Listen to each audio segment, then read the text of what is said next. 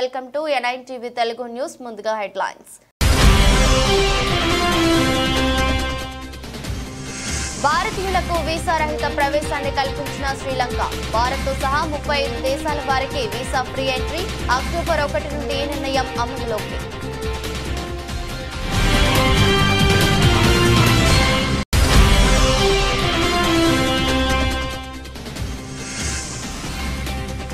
Texas లో 90 అడుగుల హనుమాన్ విగ్రహం. అగ్రరాజ్యంలోనే 3వ అతిపెద్ద హనుమంతుడి కాంస్య విగ్రహం.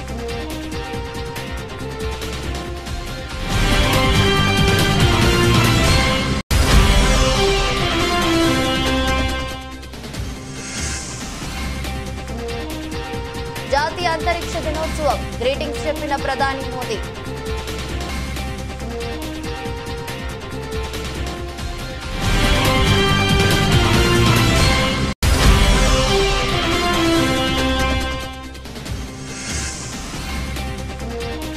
ఏపీలో న్యాయం ధర్మం కనిపించడం లేదు. చంద్రబాబు సర్కార్పై వైఎస్ జగన్ ధ్వజం.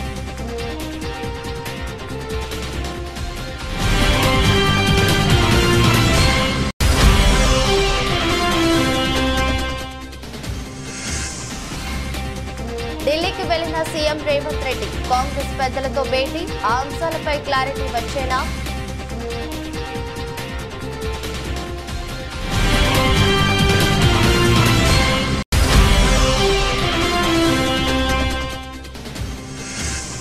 ఇంగ్లాండ్ సిరీస్ తో వేట మొదలు. 2025-27 WTC సైకిల్లో భారత్ పోరు.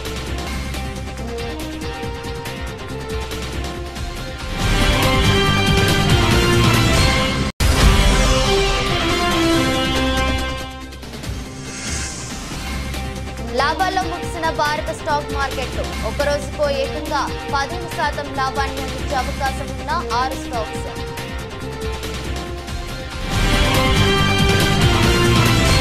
భారతీయులకు పొరుగు దేశం శ్రీలంక తీపి కబురు చెప్పింది. భారత పౌరులకు 6 నెలల పాటు వీసా రహిత ప్రవేశాన్ని కల్పించింది. భారత్ సహా 35 దేశాల వారికి సౌకర్యాన్ని కల్పిస్తున్నట్లు శ్రీలంక ప్రభుత్వం ప్రకటించింది. ఈ మేరకు ఆ దేశ మంత్రి మండలి తాజాగా నిర్ణయం తీసుకుంది. అక్టోబర్ 1 నుండి ఈ నిర్ణయం అమల్లోకి వస్తుంది. ఎక్కువ మంది పర్యాటకులను ఆకర్షించే లక్ష్యంతో ఈ నిర్ణయం తీసుకున్నట్లు పర్యాటక మంత్రిత్వ శాఖ సలహాదారులు హరిన్ ఫెర్నాండో తెలిపారు.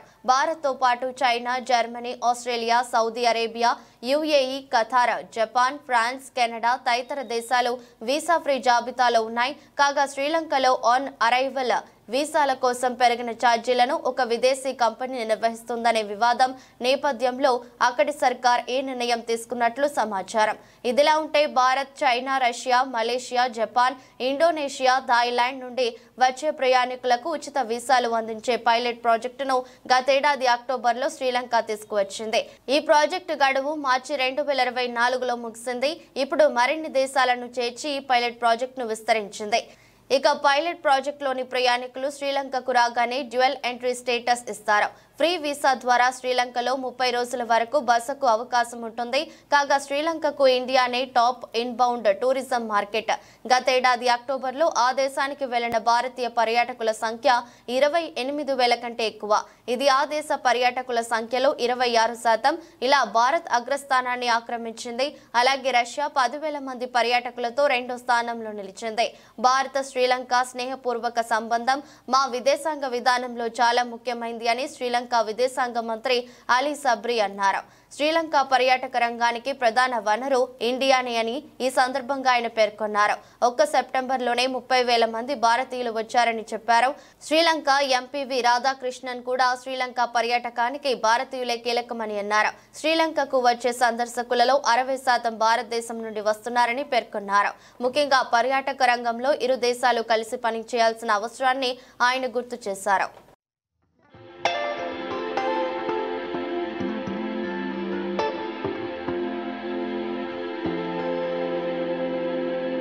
అమెరికాలోని టెక్సాస్లో 90 అడుగుల ఎత్తైన హనుమంతుడి కాంస్య విగ్రహం ఏర్పాటైంది.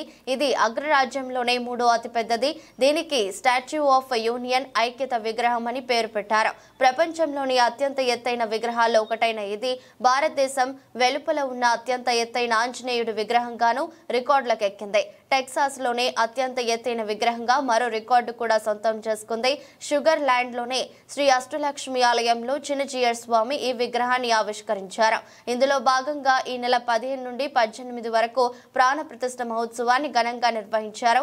నిస్వార్థం, భక్తి, ఐక్యతకు గుర్తుగా ఈ విగ్రహాన్ని నిర్వాహకులు అభివర్ణించారు.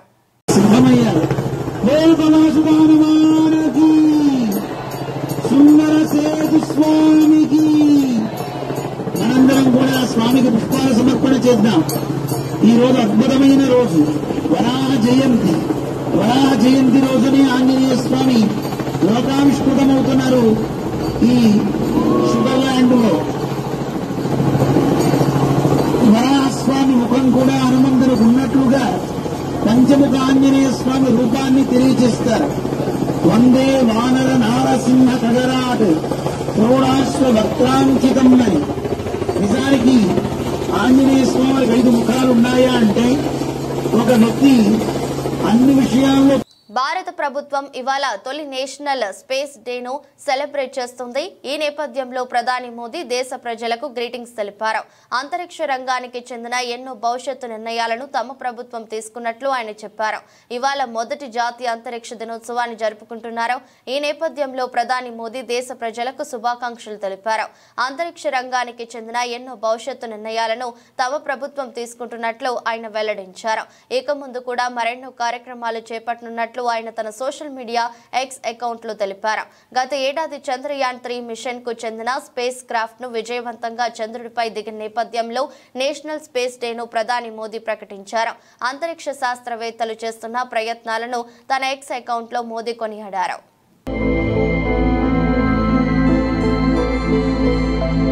स्पेस साइंस सिर्फ रॉकेट साइंस नहीं है, बल्कि ये सबसे बड़ी सोशल साइंस भी है। स्पेस टेक्नोलॉजी से सोसाइटी को सबसे अधिक लाभ होता है।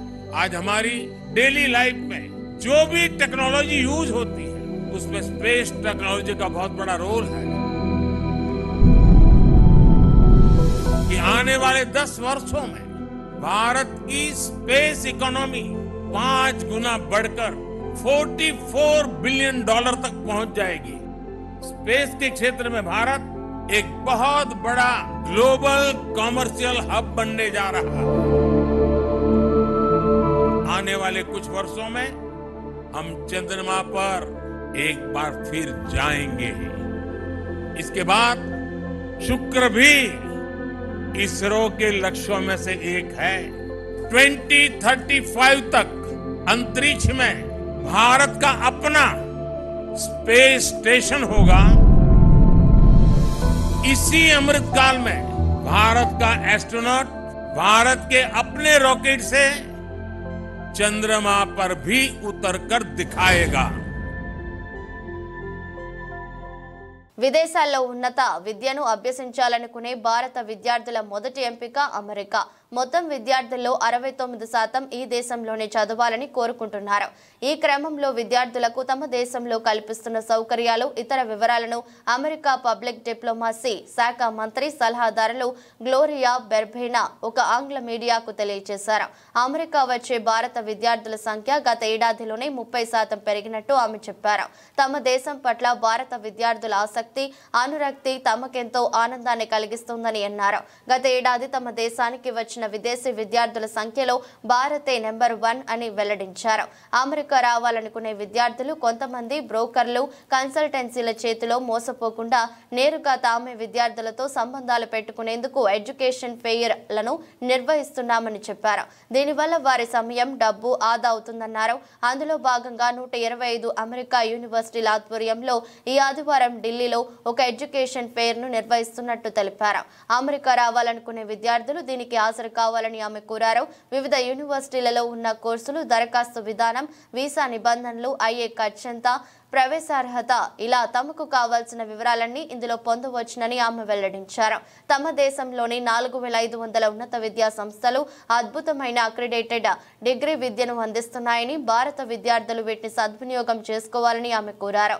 ఒకవైపు అత్యధికంగా భారత విద్యార్థులకే యూకే వీసాలు మంజూరు చేస్తుండగా మరోపక్క యూకే యూనివర్సిటీలకు దరఖాస్తు చేసే భారతీయ విద్యార్థుల సంఖ్య తగ్గుతూ వస్తోందని, ఇటీవల ఆ దేశంలో విధించిన వలస విధాన ఆంక్షలు, వలసదారులకు వ్యతిరేకంగా జరుగుతున్న ఆందోళనలు, ఇతర కారణాల వల్ల ఆ దేశం వెళ్లాలనుకుంటున్న భారతీయ విద్యార్థుల సంఖ్య గణనీయంగా తగ్గుముఖం పట్టిందని గురువారం వెలువడిన గణాంకాలు వెల్లడిస్తున్నాయి. గత ఏడాది నుంచి ఏడాది జూన్ వరకు ఉన్న డేటాను పోలిస్తే ఉన్నత విద్య కోసం యూకేకు వచ్చే భారతీయ విద్యార్థుల సంఖ్య 23% తగ్గింది.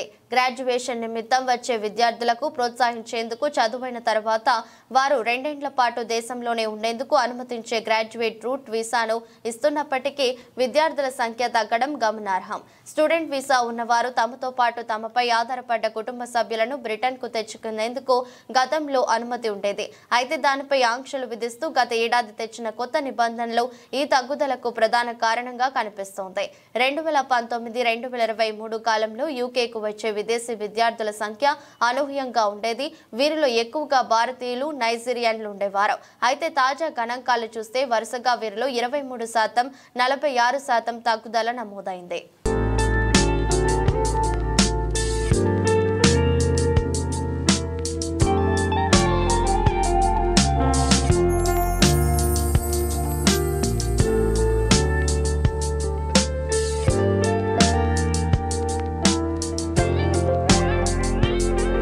ఏపీ మాజీ సీఎం వైఎస్ జగన్ రాష్ట్రంలో చంద్రబాబు సర్కార్ పనితీరుపై మండిపడ్డారు.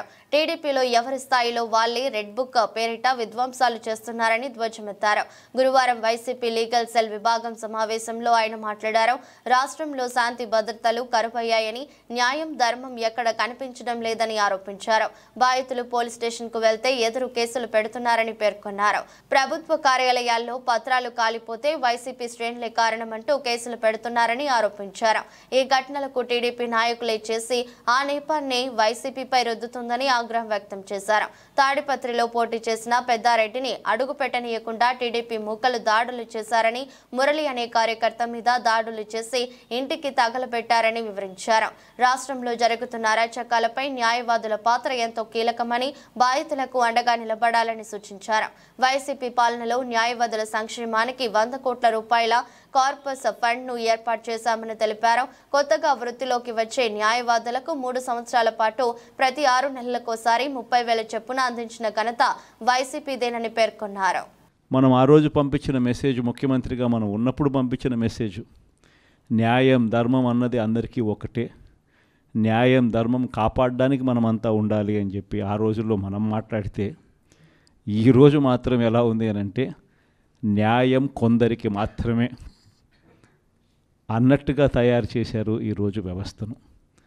ఏ స్థాయిలోకి ఈరోజు దిగజారిన లా అండ్ ఆర్డర్ కనిపిస్తూ ఉందనంటే, పై స్థానంలో పైనున్న వాళ్ళు రెడ్ బుక్లు పెట్టుకుంటారు. ఆ రెడ్ బుక్లలో మంచి చేసిన వాళ్ళ పేర్లు ఏదైనా పెట్టుకొని వాళ్ళకు మంచి చేసే కార్యక్రమం జరుగుతుందని అంటే అది కాదు. రెడ్ బుక్లలో ఎవరిని తొక్కాలి, ఎవరిని నాశనం చేయాలి, ఎవరి ఆస్తులు ధ్వంసం చేయాలి, ఎవరి మీద కేసులు పెట్టాలి అనే అంశాల మీద రెడ్ బుక్కులు తయారు చేసుకొని పై స్థానంలో ఉన్న వాళ్ళు రెడ్ బుక్కుల పేరుతో అరాచకాలు సృష్టిస్తూ దొంగ కేసులు పెడుతూ ఎలా ఇరికించాలి అని చెప్పి ఆరాటపడుతూ విధ్వంసానికి పై స్థాయిలో వాళ్ళు పాటుపడుతూ ఉంటే, కింది స్థాయిలోకి వచ్చేసరికి ఎవరెవరి స్థాయిలో వాళ్ళు కూడా రెడ్ బుక్కులు తెరవడం మొదలుపెట్టారు. నియోజకవర్గ స్థాయిలో వాళ్ళు, మండల స్థాయిలో ఇంకొకరు, గ్రామ స్థాయిలో కూడా ఇంకొకరు కూడా రెడ్ బుక్స్ ఓపెన్ చేసి వాళ్ళు కూడా విధ్వంసానికి పాల్పడడం జరుగుతూ ఉంది. ఈరోజు ఎక్కడా కూడా న్యాయం కనిపించడం లేదు, ధర్మం కనిపించడం లేదు. పోలీసులు పూర్తిగా ప్రేక్షక పాత్ర వహిస్తూ ఉన్న పరిస్థితులే కనిపిస్తూ ఉన్నాయి. మొట్టమొదటిసారిగా ఈరోజు పోలీసుల సమక్షంలోనే, పోలీసులు దగ్గరికి ఎవరైనా కూడా మాకు అన్యాయం జరిగిందని చెప్పి పోలీసుల దగ్గరికి వెళ్ళి కేసు పెట్టడానికి మనం ప్రయత్నం చేస్తే, ఎదురు కేసులు మన వారిపై కూడా వాళ్ళే పెట్టే పరిస్థితులకి ఈరోజు కనిపిస్తూ ఉన్నాయి. ఎలాంటి దారుణమైన పరిస్థితిలో ఈరోజు వ్యవస్థలు కూడా ఉన్నాయనంటే, అన్ఫార్చునేట్గా మనకు ఒక ఈనాడు, ఒక ఆంధ్రజ్యోతి, ఒక TV5 ఇలాంటి గోబుల్స్ ప్రచారం చేసే మాధ్యమాలు కూడా మన దగ్గర లేవు. నాకు ఆశ్చర్యం అనిపించింది మనం చూస్తూ ఉంటే. కుటుంబాలకు కోటి పరిహారం ఇవ్వాలని, వారి కుటుంబంలో ఒకరికి ప్రభుత్వ ఉద్యోగం ఇవ్వాలని కోరారు. ఇలాంటి ఘటనలు పునరావృతం కాకుండా చూడాల్సిన బాధ్యత ప్రభుత్వానిదేనని అన్నారు. పరిహారం చెక్కులు ఇచ్చిన తర్వాతే డెడ్ బాడీస్ తరలించాలన్నారు. గతంలో LG పాలిమర్స్ ఘటనలో అప్పటి వైసీపీ ప్రభుత్వం బాధ్యతగా వ్యవహరించిందని గుర్తు చేశారు. మాజీ ముఖ్యమంత్రి వైసీపీ అధినేత జగన్మోహన్ రెడ్డి బాధిత కుటుంబాలను పరామర్శించనున్నారు ఆయన తెలిపారు. 2-3 రోజులు ఏదైతే పని ఇందాక మీకు చెప్పిన కలర్ చెప్పిన ఆ 2-3 రోజుల్లో చెక్కులు వాళ్ళ చేతిలో అందాలి. వాళ్ళ కుటుంబానికి వచ్చి వాళ్ళ ఉద్యోగం ఇస్తామనేది భరోసా ప్రొసీడింగ్ ఇవ్వాలి. అది దాని అన్నిటికీ కూడా రాతపరకమైన ప్రభుత్వం నుంచి ఒక ప్రొసీడింగ్ ఒక రిలీజ్ రావాలి, జీవో రావాలి. వచ్చినప్పుడే ప్రజలు నమ్మకం ఉంటుంది. విశాఖలో వరుస ప్రమాదాలు జరుగుతూ వస్తున్నాయి సార్, ఏ రకంగా చూడొచ్చు అంటే ప్రమాదాలు జరుగుతున్న ప్రభుత్వాలు ఏంటంటే ఎందుకు వస్తుంది ప్రమాదం, ఆ ప్రమాదాన్ని దానికి ఉన్న ఏ కారణం వల్ల వచ్చింది, దాన్ని ఏ విధంగా మనం అరికట్టాలి అనేది దృష్టి పెడితే అవన్నీ అయిపోతాయి. జరిగితే జరిగింది అని నిర్లక్ష్యం ఉంటే ఒక దాని తర్వాత రెండో వస్తుంది. ఇమీడియట్ ఇప్పుడు ఉంది దీని ఇంతకుముందు LG ప్రాబ్లం జరిగింది, వెంటనే సేఫ్టీ ఆడిట్ జరగాలన్నాం, పెట్టాము. వెంటనే అందరికీ జీవో ఇష్యూ చేసాము, కమిటీ వేసాము. ఇప్పుడు సాక్షాత్తు ఉన్న నీరవ్ కుమార్ ప్రసాద్ ఎవరైతే CS ఉన్నారో ఆయనే అప్పుడు సెక్రటరీ, ఆయన ఆధ్వర్యంలో వేసాము. ఆయనే చూడమని చెప్పాము, ఆయనే పర్యవేక్షణాధికారి, ఆయనతో చేయించాము. ఇప్పుడు అలాగే చేస్తే ఆటోమేటిక్ తగ్గుతుంటాయి. అది అలాగని వ్యవస్థను ఆపేయమని చెప్పట్లేగా మేము. ఇప్పుడు మీరు చెప్తున్న విధంగా అధికార పార్టీ నాయకులు రాలేదు, దానికి కారణం అంటారు. నాకేం తెలుసు, మీరు అడగండి వస్తారు. తర్వాత ఇప్పుడు నేను అన్నాను కదా, ఇప్పుడు నేను అన్నాను కదా, వాళ్ళకి ఖాళీ లేక వాళ్ళకి వెళ్ళిన వాళ్ళకి ఒక నిర్లక్ష్యం. నిన్న జరిగిన ఎన్నికల్లో వాళ్ళకి వచ్చిన ఈ చూసి ఏ రకంగా తెచ్చుకున్నారు అవి చూసి వాళ్ళకి వచ్చి ఎక్కడున్న వచ్చి అక్కడ లేవు అని నేను అనుకుంటాను. Maybe wrong or right. లేకపోతే ఎవడో నవ్వుతాడండి సామాన్యుడు ఇక్కడ వచ్చి చూడకపోతే. ఇది మానవత్వం ఎవడో చేయాలి కదండి. ప్రభుత్వం లేకపోయినా. తెలంగాణ సీఎం రేవంత్ రెడ్డి శుక్రవారం ఢిల్లీ వెళ్లారు. కాంగ్రెస్ అధిష్టానం పెద్దలతో భేటీ కానున్నారు. ఉదయం 11 గంటలకు CM Revanth Reddy deputy CM బట్టి విక్రమార్కలు సోనియా గాంధీతో భేటీ అవుతారు. అనంతరం ACC అధ్యక్షుడు మల్లికార్జున ఖర్గే, రాహుల్ గాంధీతోనూ వారు భేటీ కానున్నారు. ఈ భేటీలో నూతన PCC ఎంపిక, కేబినెట్ విస్తరణ, రైతులకు రుణమాఫీ చేసిన అంశాన్ని సీఎం రేవంత్ రెడ్డి రాహుల్ గాంధీకి వివరించనున్నారు. సచివాలయం ఎదుట ఏర్పాటు చేసిన రాజీవ్ గాంధీ విగ్రహావిష్కరణ, సోనియా గాంధీ, రాహుల్ గాంధీలను ముఖ్య అతిథులుగా సీఎం రేవంత్ రెడ్డి ఆహ్వానించనున్నారు. రాష్ట్ర వ్యాప్తంగా రైతులకు రుణాలు మాఫీ చేసినందుకు గాను వరంగల్లో నిర్వహించనున్న రైతు అభినందన సభకు రాహుల్ గాంధీని ఆహ్వానించనున్నారు.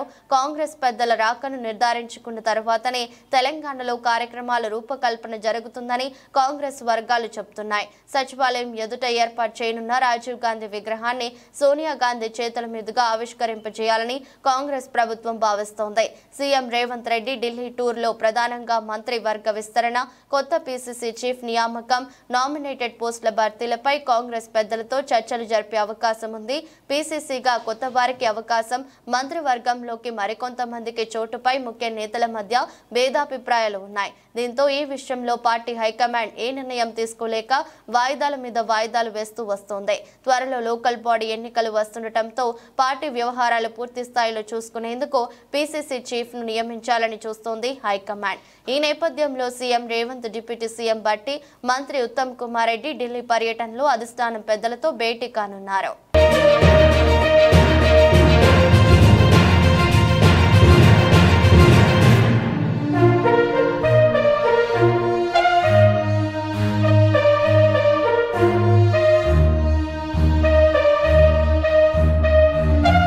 తెలంగాణ స్పోర్ట్స్ అథారిటీ ఆధ్వర్యంలో నూతనంగా రూపొందించిన రాష్ట్ర స్పోర్ట్స్ లోగోను సచివాలయంలో ఆవిష్కరించిన ముఖ్యమంత్రి Revanth Reddy, sports authority chairman Shiva Sena Reddy, MD తదితరులు.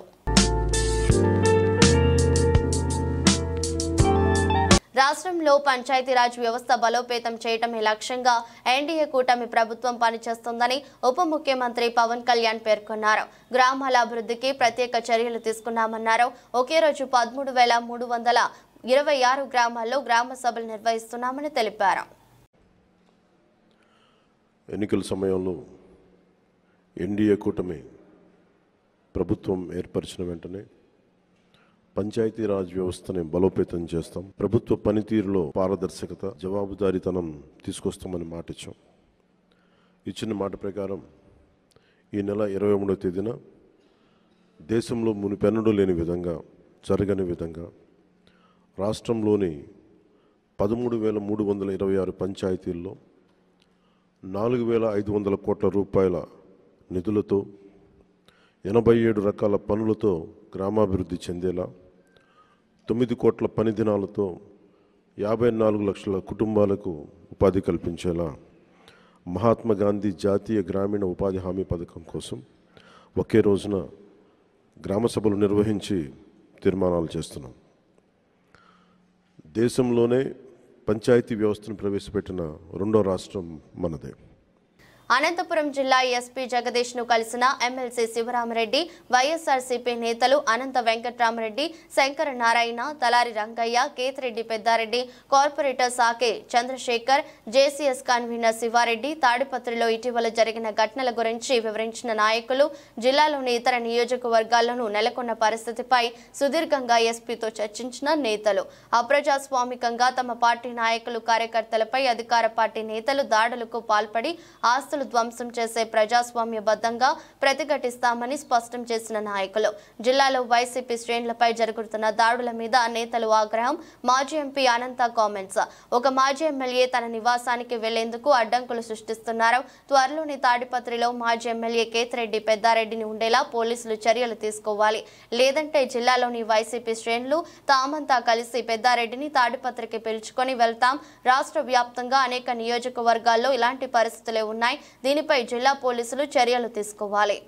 తాడిపత్రి అసెంబ్లీ నియోజకవర్గంలో కూడా ఎన్నికలు అయిపోయిన మరుసటి రోజు నుంచి, అంటే మే 12వ తేదీ నుంచి 11వ తేదీ ఏప్రిల్ 12వ తేదీ నుంచి కూడా అక్కడ అనేకమైన కూడా సంఘటనలు కూడా జరగడం, ఆ తర్వాత కూడా మళ్ళీ కూడా తీసుకొని రావడం, తర్వాత కౌంటింగ్ అయిపోయిన తర్వాత జూన్ 4 తర్వాత కూడా కనీసం ప్రశాంతత కూడా ప్రివేల్ చేస్తారని డిపార్ట్మెంట్ కానీ లేకపోతే ఏర్పడిన ప్రభుత్వం కానీ ఇవన్నీ కూడా చేస్తారు, నార్మల్సీ తీసుకొస్తారని చెప్పేసి మేమంతా అనుకుంటే ఈ రోజుకు కూడా దాదాపుగా 85 రోజులు కూడా కావస్తూ ఉంది. ఈ రోజుకు కూడా ఆ నియోజకవర్గంలో వైఎస్ఆర్ కాంగ్రెస్ పార్టీ ప్రజాస్వామ్యబద్ధంగా కూడా ఫంక్షన్ చేయడానికి కానీ, లేకుంటే అక్కడ వైఎస్ఆర్ కాంగ్రెస్ పార్టీ నాయకులు నిర్భయంగా కూడా ఈరోజు బయటికి వచ్చే పరిస్థితి కానీ, కడకు ఇంతవరకు శాసనసభ్యుడిగా ఉండి మన 2004వ తేదీ జూన్ 4వ తేదీ తర్వాత మాత్రం మాజీ శాసనసభ్యుడైన పెద్దారెడ్డి గారు కూడా కనీసం అతను సొంత ఊరికి ఎల్లనూరు మండలంలోని తిమ్మంపల్లికి కానీ లేకపోతే తాడిపత్రి నియోజకవర్గంలో ఇంటికి కూడా పోలేని పరిస్థితులు ఈరోజు కూడా ఉన్నాయి. డిపార్ట్మెంట్ని అనేకం కూడా ఇప్పుడు ప్రజెంట్ ఎస్పీ 3 రోజుల కిందట ఎలక్షన్లు అయిపోయినప్పటి నుండి ఈ జిల్లాలో ప్రతి సాట కూడా దాడులు చేయడము, వైఎస్ఆర్సీపీ నాయకులు కానీ కార్యకర్తలు కానీ ఇబ్బందులు పెట్టుకుంటూ, మళ్ళా కూడా ఎవరైనా వైఎస్ఆర్సీపీ నాయకులు పోయి కంప్లైంట్ ఇవ్వకపోతే తెలుగుదేశం పార్టీ వాళ్ళతో కూడా కౌంటర్ కేసులు కూడా కట్టించి ఇబ్బందికి గురి చేస్తున్నారు ఈ జిల్లాలో. ఈ విధంగా ప్రతి సాట కూడా నిన్న కూడా తాడిపత్రిలో కూడా వాళ్ళే కూడా మురళీప్రసాద్ రెడ్డి ఇంటిపైన దాడి చేసి అడ్డు రఫీ అనే అతని కూడా కొట్టి మళ్ళా కూడా వాళ్ళ మీదనే కూడా కేసులు పెట్టడం జరిగింది. ఈ విధంగా ప్రతి జిల్లాలో ప్రతి కాన్స్టిట్యున్సీలో ఈ విధంగా జరుగుతుంటే ఇబ్బందికరమైన పరిస్థితి ఏర్పడింది. నన్నైతే ఏకంగా 1.5 మంత్ నుండి అధికారులు కానీ జేసీ ప్రభాకర్ రెడ్డి కానీ బహిరంగంగానే చెప్తాను, నేను తాడిపత్రికి నిన్ను వస్తే తరిమి కొడతాము అని. ఈ విధంగా ఇన్ని మాట్లాడుతానే వ్యూస్ కోసం వైరల్ అవ్వడం కోసం కొందరు యూట్యూబర్లు రెచ్చిపోతున్నారు. శృతి మించి వ్యవహరిస్తున్నారు, లిమిట్స్ క్రాస్ చేస్తున్నారు, పిచ్చి పిచ్చి చేష్టలతో రోడ్డుపై న్యూసెన్స్ క్రియేట్ చేస్తున్నారు, ఇతరుల ప్రాణాలను ప్రమాదంలోకి నెడుతున్నారు. ప్రజలను తీవ్రమైన అసౌకర్యానికి గురి చేస్తున్నారు. తాజాగా హైదరాబాద్ లో ఓ యూట్యూబర్ బరి తెగించాడు. తన వీడియోలకు వ్యూస్ కోసం గాల్లోకి డబ్బులు విసురుతూ రోడ్డుపై హల్చల్ చేశాడు. ఆ కరెన్సీ నోట్ల కోసం జనం పరుగులు తీశారు. దీనికి సంబంధించిన వీడియో సోషల్ మీడియాలో వైరల్ గా మారింది. కూకట్పల్లిలో హర్ష అనే యూట్యూబర్ ఓవర్ చేశాడు. నడి రోడ్డుపై ట్రాఫిక్ మధ్యలో గాల్లోకి డబ్బులు విసిరాడు. కరెన్సీ నోట్లను గాల్లోకి విసురుతూ బైక్ పై స్టంట్స్ చేశాడు.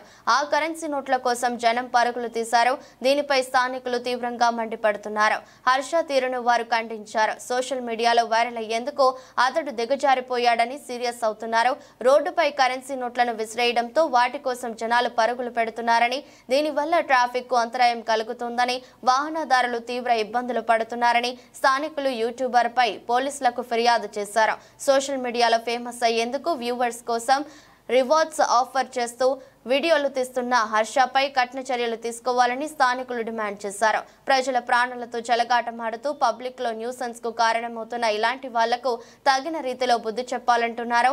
లేదంటే ఇలాంటి వాళ్లను చూసి మరికొందరు తయారవుతారని వాపోయారు. ప్రజలను ఇబ్బందులకు గురి చేసే పనులేవి చేయొద్దని యూట్యూబర్లను కోరుతున్నారు. పబ్లిక్ మందుల పైసలు ఎగిరిచ్చినాం, 50,000 ఎగిరిచ్చినాం ముత్తిపుగట్ల గాలి 2 గంటల పైసలు అవి అంతే. సో ఏం లేదు, నా టెలిగ్రామ్ ఛానల్ లో జాయిన్ కావాలి. నీకు కూడా రోజు 10,000, 12,000, 20,000 లాగా నేను ఏం చెప్పిస్తాను. నా ప్రొడక్షన్ నువ్వు మెయింటైన్ చేసినావు అనుకో, 2,000 డిపాజిట్ చేసుకో. గాలి 2,000 డిపాజిట్ చేసి 10,000 అయితే చెప్పిస్తాను. నా ప్రొడక్షన్ నువ్వు విన్నావు అనుకో. భయాలో టెలిగ్రామ్ ఛానల్ లింక్ ఉండదు, చెల్లి మీరు జాయిన్ కావండి, కొన్ని పైసలు ఏం చేసుకోండి. వీడియో ఎదురుతాం. టాలీవుడ్ యువ హీరో కిరణ్ అబ్బవరం ఓ ఇంటివాడయ్యాడు. తన అరంగేట్రం మూవీ రాజావారు రాణిగారులో నటించిన తోటి నటి రహస్య గోరఖ్ను పరిణమాడాడు. గురువారం కుటుంబ సభ్యులు అతి కొద్ది మంది అతిథుల సమక్షంలో ఈ జంట పెళ్లి బంధంలోకి అడుగుపెట్టింది. 2019లో తొలి చిత్రం రాజావారు రాణిగారు షూటింగ్ సమయంలో కిరణ్ రహస్య మధ్య ఏర్పడిన స్నేహం కాస్త ఆ తర్వాత ప్రేమగా మారింది. దీంతో కొంతకాలం ప్రేమను ఎంజాయ్ చేసిన ఈ జంట కొన్ని రోజుల క్రితం తాము పెళ్లి చేసుకోబోతున్నట్లు ప్రకటించింది. గురువారం వివాహ బంధంతో ఒకటైంది. ఈ పెళ్లి తాలూకు వీడియోలు ప్రస్తుతం సోషల్ మీడియాలో వైరల్ అవుతున్నాయి.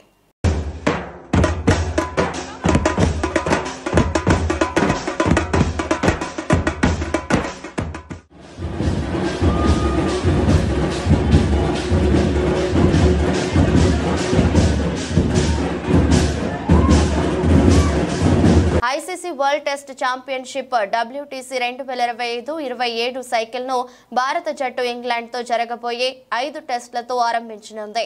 ప్రస్తుత సైకిల్ వచ్చే ఏడాది జూన్ తో ముగియనుండగా అప్పటికి టాప్ 2లో ఉన్న జట్లు WTC ట్రోఫీ కోసం తలపడతాయి.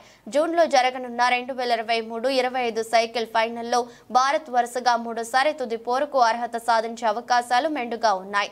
WTC ఫైనల్ ముగిసిన వెంటనే రోహిత్ సేన ఇంగ్లాండ్ తో 5 మ్యాచ్ల టెస్ట్ సిరీస్ తో వేట మొదలు పెట్టనుంది. ఈ మేరకు భారత క్రికెట్ నియంత్రణ మండలి, England and Wales cricket board సంయుక్తంగా షెడ్యూల్ ను ప్రకటించాయి. జూన్ 20 నుంచి ఆగస్టు 4 దాకా జరగబోయే 5 మ్యాచ్ల టెస్ట్ సిరీస్ లో భాగంగా Headingley, Edgbaston, Lord's, Old Trafford, the Oval వేదికలను ఈసీబీ ఖరారు చేసింది. 2021లో చివరిసారిగా విరాట్ కోహ్లీ సారథ్యంలోని భారత జట్టు ఇంగ్లాండ్ పర్యటనకు వెళ్లగా 5 మ్యాచ్ల సిరీస్ 2-2తో సమయం అయింది. ప్రపంచవ్యాప్తంగా అభిమానులు క్రికెట్ మక్కా అని పిలుచుకునే ప్రఖ్యాత లార్డ్స్ క్రికెట్ స్టేడియం తొలిసారిగా మహిళల టెస్ట్ మ్యాచ్కు ఆతిథ్యం ఇవ్వనుంది. భారత్ ఇంగ్లాండ్ మహిళల మధ్య 2026లో జరగబోయే ఏకైక టెస్ట్ లార్డ్స్ లో జరగనుంది. ఈసీబీ ఒక ప్రకటనలో తెలిపింది. పురుషుల జట్టుతో సమాంతరంగా భారత మహిళల జట్టు జూన్ 1 నుండి జూలై 25 దాకా ఇంగ్లాండ్ లో 5 T20లు, 3 వన్డేలు ఆడనుంది. పరిమిత ఓవర్ల సిరీస్ లో ముగిసిన తర్వాత 2026లో భారత్ ఇంగ్లాండ్ లార్డ్స్ లో ఏకైక టెస్ట్ మ్యాచ్ ఆడుతాయని ఈసీబీ వెల్లడించింది.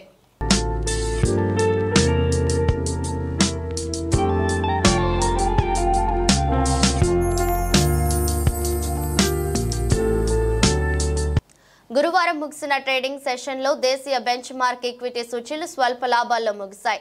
ఎస్ మరియు పి బిఎస్సి ఇండెక్స్ 0.18% లాభపడి 81,053 వద్ద ముగియగా ఎన్ఎస్సి నిఫ్టీ 50 ఇండెక్స్ 24,800 మార్కుకి పైన ముగిసింది. ఇక రానున్న రోజుల్లో ఎన్ఎస్సి నిఫ్టీ 50 ఇండెక్స్ 25,100 మార్కి చేరుకునే అవకాశం ఉందని ప్రముఖ బ్రోకరేజ్ కంపెనీ అయిన HDFC సెక్యూరిటీస్ కి చెందిన స్టాక్ అనలిస్ట్ అయిన నాగరాజ్ శెట్టి తెలిపారు. అలాగే ఈరోజు ట్రెండింగ్ లో మంచి లాభాలను అందించే అవకాశం ఉన్న 6 స్టాక్స్ ను నాగరాజ్ శెట్టి స్టాక్ మార్కెట్ ఇన్వెస్టర్ల కోసం రికమెండ్ చేయడం జరిగింది.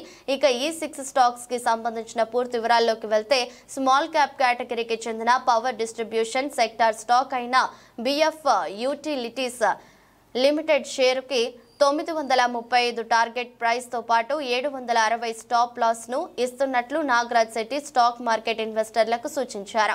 చివరి ట్రేడింగ్ సెషన్ లో ఈ స్టాక్ 2.5% లాభపడి 819.05 వద్ద ముగిసింది.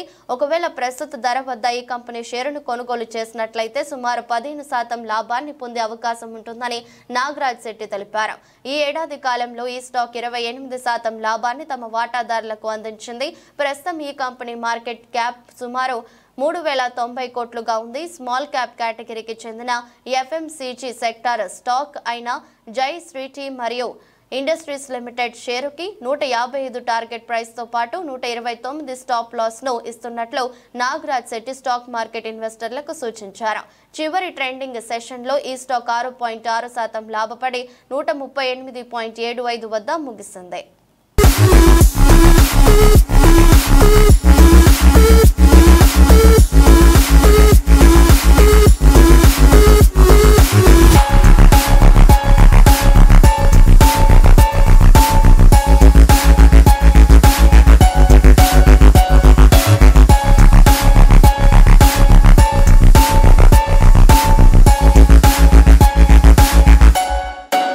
వార్తలు ముగించే ముందు మరోసారి హెడ్లైన్స్. భారతీయులకు వీసా రహిత ప్రవేశాన్ని కల్పించిన శ్రీలంక.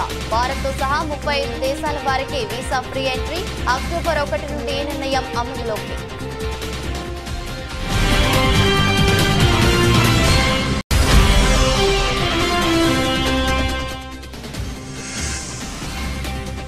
టెక్సాస్ లో 90 అడుగుల హనుమాన్ విగ్రహం. అగ్రరాజ్యంలోనే 3వ అతిపెద్ద హనుమంతుడి కాంస్య విగ్రహం.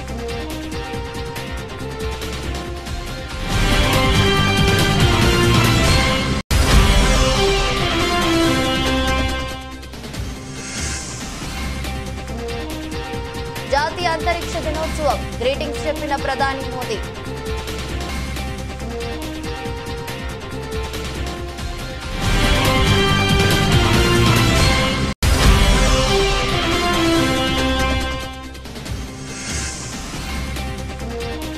ఏపీలో న్యాయం ధర్మం కనిపించడం లేదు. చంద్రబాబు సర్కార్పై వైఎస్ జగన్ ధ్వజం.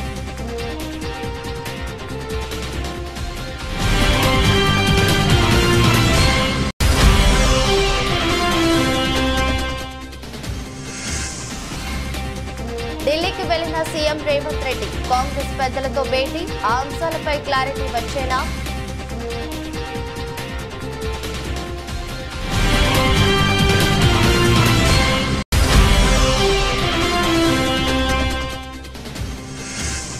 ఇంగ్లాండ్ సిరీస్ తో వేట మొదలు. 2025-27 WTC సైకిల్లో భారత్ పోరు.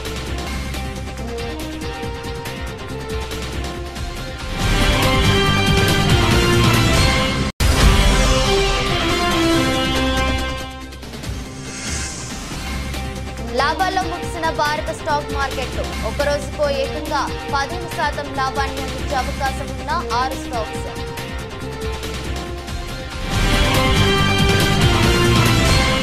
ఎదురొష్టి బులెటిన్ మరో బులెటిన్లో మళ్ళీ కలుద్దాం. అంతవరకు సెలవు. నమస్కారం.